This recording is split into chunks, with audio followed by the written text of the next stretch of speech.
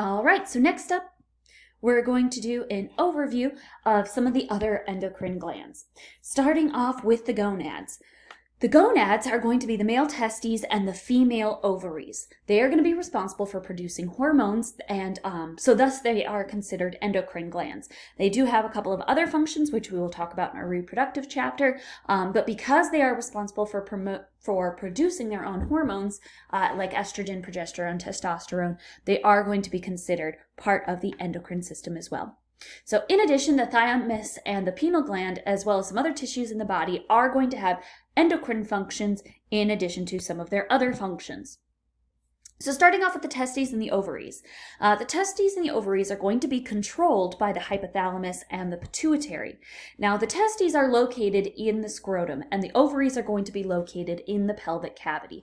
The testes are going to be responsible for producing androgens, like male sex hormones such as testosterone. The ovaries, on the other hand, are going to be producing estrogen and progesterone, which are the female sex hormones.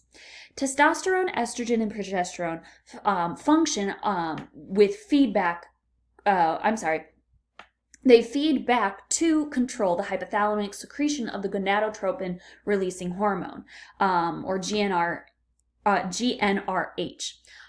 So they're going to work. They're going to send their information back to the hypothalamus in order to help control whether more gonadotropic releasing hormone, whether more testosterone, estrogen, progesterone need to be produced, or whether there is a sufficient amount and we can actually shut that down temporarily.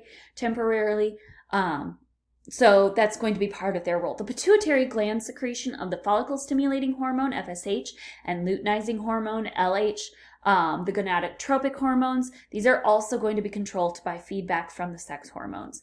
The follicle-stimulating hormone and luteinizing hormone, we're going to talk about quite a bit when we get to our reproductive section. So just for now, note that those are going to be controlled by the pituitary gland, and they're going to be working on feedback mechanisms, or negative feedback mechanisms. All right, so because of the gonadotropic hormones, the testes are going to begin to release increased amounts of testosterone starting at puberty. Testosterone is going to be responsible for stimulating the growth of the penis and the testes. It also brings about male secondary sex characteristics like facial, axillary, meaning underarm, and pubic hair.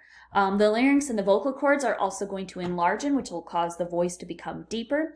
It's also going to stimulate oil and sweat glands, which can also produce acne and body odor as a side effect.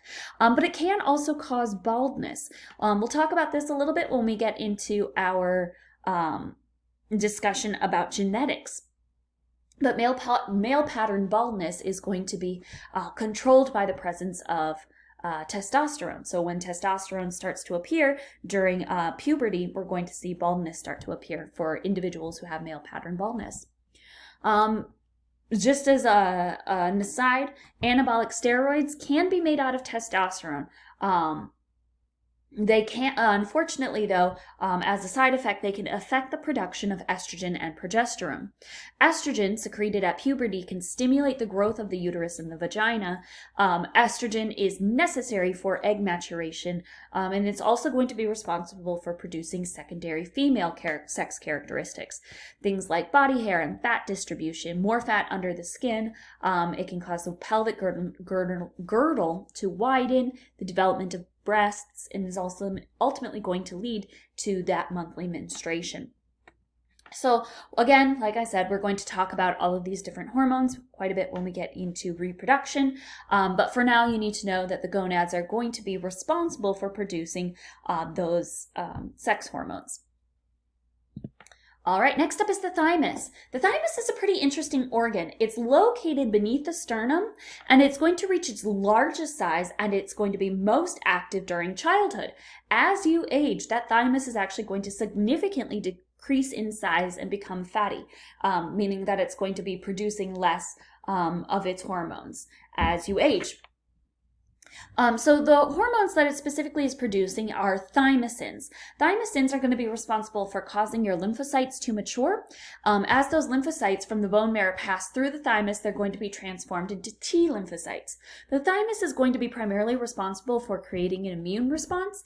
As you age, you're going to become more and more exposed to differing factors in different elements that are going to expand your immune system. So the thymus is relatively large in childhood because that is when it is needed. As you age, your immune system is going to develop on its own and the thymus is going to become less necessary. The pineal gland is also going to be a very important part of the endocrine system. It's going to be responsible for producing melatonin, usually at night. Now, that melatonin is going to be necessary for regulating our daily sleep-wake cycles. We get sleepy at night when melatonin levels increase, and we awaken once daylight returns and those melatonin levels start to lower. Our circadian rhythms, that daily 24-hour cycle, is going to be controlled by the hypothalamus. So it's going to play a very important role in regulating our sleep-wake patterns. It's also going to play a role in regulating our sexual development. There are a few other tissues and organs that are responsible for secreting hormones that aren't necessarily frequently associated with the endocrine system. So, for example, the hormone erythropoietin is going to be secreted by the kidneys in response to low oxygen blood levels. This is going to be responsible for stimulating red blood cell formation in the red bone marrow.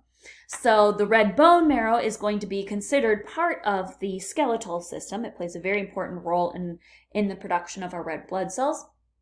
Our kidneys are part of the urinary system. However, together, both of them carry out an endocrine function of stimulating the production of red blood cells through the secretion of that erythropoietin.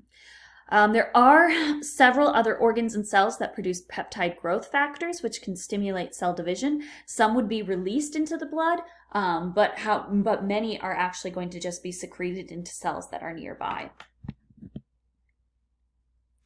Another example of hormones that are going to be secreted by sort of non-endocrine associated organs would be leptin. Leptin is going to be produced by adipose tissues. This is going to act on your hypothalamus, and it signals satiating, meaning that you're full. So it lets your body know, hey, I'm full. I don't need to eat anymore. Obese people may have plenty of adipose tissue, which should be signaling that the body is full, but it may be defective or it may not have enough receptors, causing the body to recognize when you are full and no longer need to continue eating. All right, last thing we want to talk about are prostaglandins. Prostaglandins are going to be made from arachidonate, which is a fatty acid. Now, prostaglandins are not going to be distributed in the blood. They're going to act locally. So they're going to be made and released exactly where they are. If you remember back when we talked about our nervous system, or when we talked about our skin cell receptors, we talked about prostaglandins and how they are produced by damaged tissues. So when your body, so your pain receptors, if you remember when we talked about pain receptors, what your body is detecting is not actual pain necessarily, but what your body is detecting is damage. When your tissues are damaged, they're going to secrete prostaglandins, which are going to activate your nociceptors, which tell your brain, hey, this hurts, something is wrong. They are also, though, going to be secreted by the uterus. It's going to cause the muscles to contract, which can cause very painful cramping. They help cause fevers. They help reduce gastric secretion to help treat that gastric reflux. It can be responsible for lowering our blood pressure to treat hypertension, inhibit platelet aggregation to prevent thrombosis. So prostaglandins play a lot of very important roles in our maintenance of our homeostatic balance. All right, so you should be able to summarize the role of testosterone and estrogen in the body, explain the relationship between melatonin and the sleep-wake cycle, and then, spend a little bit of time going over the body's response to low levels of oxygen in the blood. What organ is going to be responsible for responding to that? Which organ is going to detect those levels of oxygen, and what is their response going to be?